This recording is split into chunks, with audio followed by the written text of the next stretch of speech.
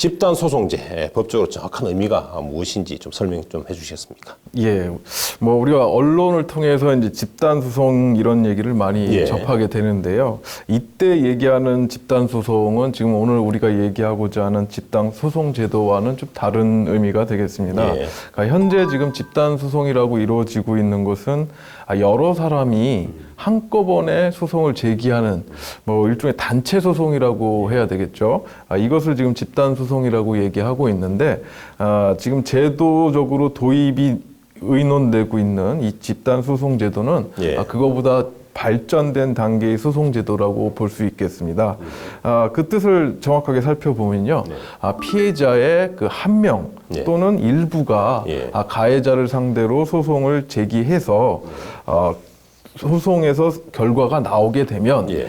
다른 피해자들은 별도의 소송을 하지 않고도 그 판결로 피해를 구제받을 수 있는 제도를 이야기하는 겁니다. 예, 그렇습니다. 이게 조금 이제 시청자분들의 이해를 돕기 위해서 잠시 이제 설명을 드리자면, 우리 통상 소송의 경우에는 원고와 피고가 있고 그렇습니다. 양 당사자가 있는데 소송을 한 당사자 사이에만 그 판결의 효력이 미치게 되어 있습니다. 그래서 승소를 하든 패소를 하든 그 효과는 소송한 당사자에게 미치는 것이 원칙입니다. 그런데 지금 방금 우리 이 변호사님께서 설명해 주신 집단 소송제의 경우에는 그 피해자들 중에 한 명 또는 일부가 가해자를 상대로 소송을 했을 때, 그때 특히 이제 승소했을 때, 그럴 때는 다른 소송을 제기하지 않았던 다른 많은 피해자들도 같이 구제를 받을 수 있는, 그러니까 판결의 효력을 같이 미쳐서 할 수 있는 그런 제도인 것입니다. 그렇다 보니까 좀 현재 우리 민사소송법이나 어떤 소송법 어떤 체계는 아직까지 편입되어 있지 않는 뭐 그런 제도인 것 같습니다.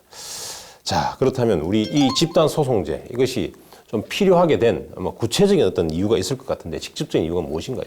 예, 일단 몇 가지 이유를 조금 들 수 있겠습니다. 그 첫 예. 번째는 이제 소송 비용에 관한 부분인데요. 예.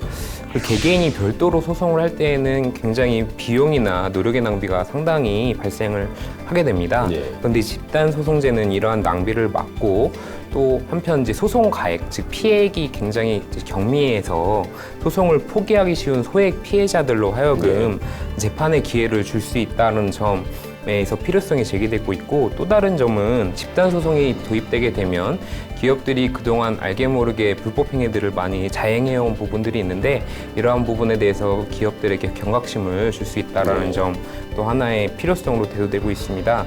또 다른 필요성에 대해서 말씀을 드리면, 법원 입장에서도 다수의 분쟁에 대해서 이례적인 판결과 통일성 있는 판결을 할 수 있다는 점도 장점으로 볼 수 있겠습니다. 자, 그렇다면 이 변호사님, 국내에서는 우리 집단 소송제가 현재 정권 관련 집단 소송법에만 도입되어 있는 것으로 알고 있는데 어떻습니까? 예, 그렇습니다.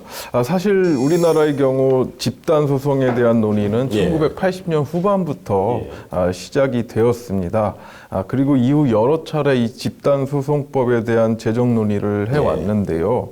하지만 이 집단 소송제가 도입될 경우에 소송을 남용할 수 있다. 예. 기업 활동에 제약이 생길 수 있다.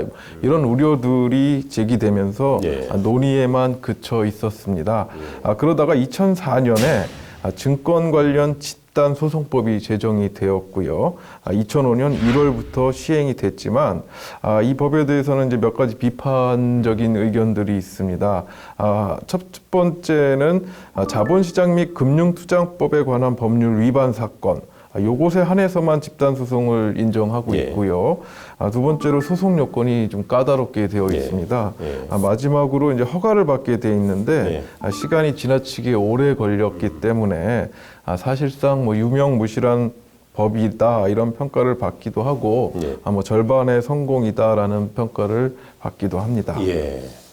그렇군요. 말씀하신 대로 이제 국내에서 집단 소송이 가능한 분야는 현재로서는 이제 정권 분야에만 한정되어 있습니다.